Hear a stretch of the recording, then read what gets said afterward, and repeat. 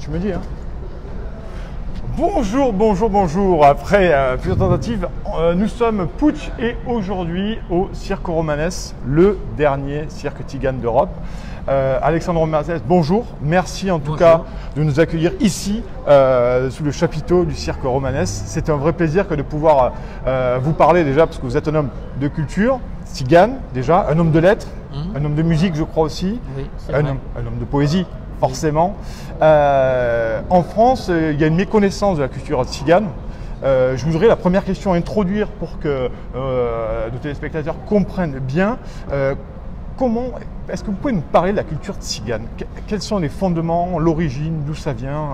Et pour pas faire des raccourcis un peu faciles avec toute une série de sémantiques de noms. On a entendu Rome, on sait que le mot Rome ou le récusé. Est-ce que vous pouvez nous parler un peu de la culture tzigane, que nos lecteurs comprennent bien ce que c'est la culture tzigane? Alors pour bien en parler, je pense qu'il faudrait peut-être 2 ou 3 heures, mais on peut prendre quelques raccourcis. En fait, on fait un peu tout différemment des Français, supposés de souche.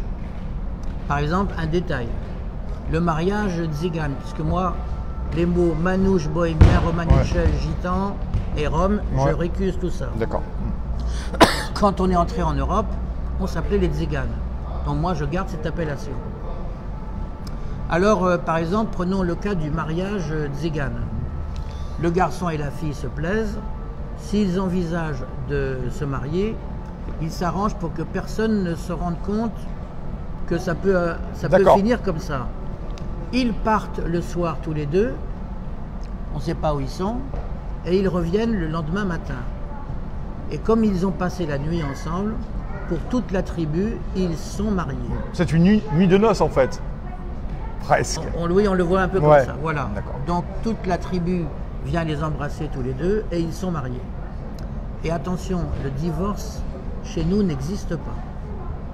D'ailleurs, une bourgeoise, une femme assez riche, disait à Delia il n'y a pas très longtemps, elle vient nous voir de temps en temps. Delia, on rappelle, c'est votre femme, hein? C'est mon épouse. Votre épouse, celle qu'on appelle la terrible. La terrible, effectivement.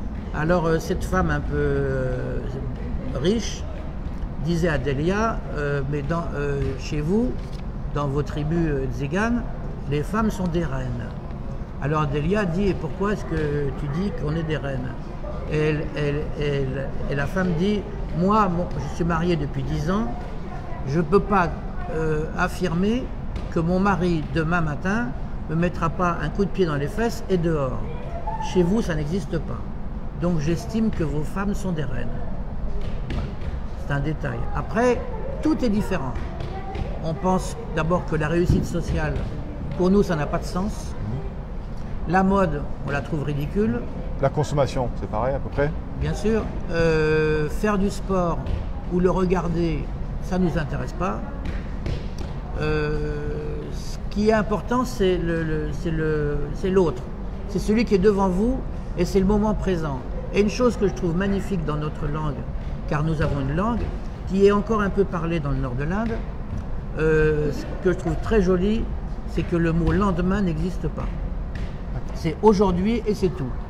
Donc c'est pas la peine de vouloir s'enrichir pour demain, puisque demain n'existe pas.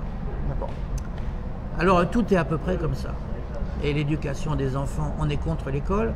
En fait, on n'est pas contre l'école. On est contre cette école. On dit qu'elle est mal faite. Et chez nous, les gens disent, quand vos enfants iront à l'école en chantant, nous, on enverra les nôtres. Mais on en est très loin. Oui, encore plus maintenant, effectivement. Et donc vous avez un autre rapport à l'éducation, finalement. Bien sûr. Alors c'est vrai, on n'avait pas de littérature, on commence à en avoir. Moi, j'écris des poèmes. Il y a un deuxième qui a du talent, qui s'appelle Jean-Marie Kerouic, lui aussi. Bon, on commence à écrire. Mais on avait nos proverbes. Et dans nos proverbes, il y a tout. Je peux vous en dire 2 ou 3. Avec grand plaisir, bien sûr. Si tu es au fond du trou, arrête de creuser. L'homme médiocre prend aux pauvres pour donner aux riches. Ne te moque jamais des riches, ça pourrait arriver. C'est une Bon. très Mais très belle citation. dans nos Très bon proverbes, il y a proverbe. tout. On n'a pas besoin d'avoir une littérature Alors, je voudrais qu'on revienne sur la place de la femme dans la société Centrale. tzigane, centrale. On parle d'une société matriarcale. Pouvez-vous nous en dire quelques mots, Oui, Alexandre alors Romanès, c'est les là-dessus? femmes qui prennent les décisions les plus importantes, c'est elles. Et la colonne vertébrale. D'ailleurs, moi j'ai une façon de... Oui, parce que la pudeur est presque maladive chez nous. Et en même temps, il y a quelque chose d'artiste dans cette pudeur parce que les femmes ne veulent pas qu'on voit leurs jambes. Donc de la ceinture aux pieds, elles ont une jupe. Par contre, quand on rentre dans les caravanes, même on ne se connaît pas, je vous amène à la caravane où est ma femme, elle a sa grande jupe, peut-être elle est seins nus. Voilà, c'est comme ça. Je trouve ça assez joli parce que autant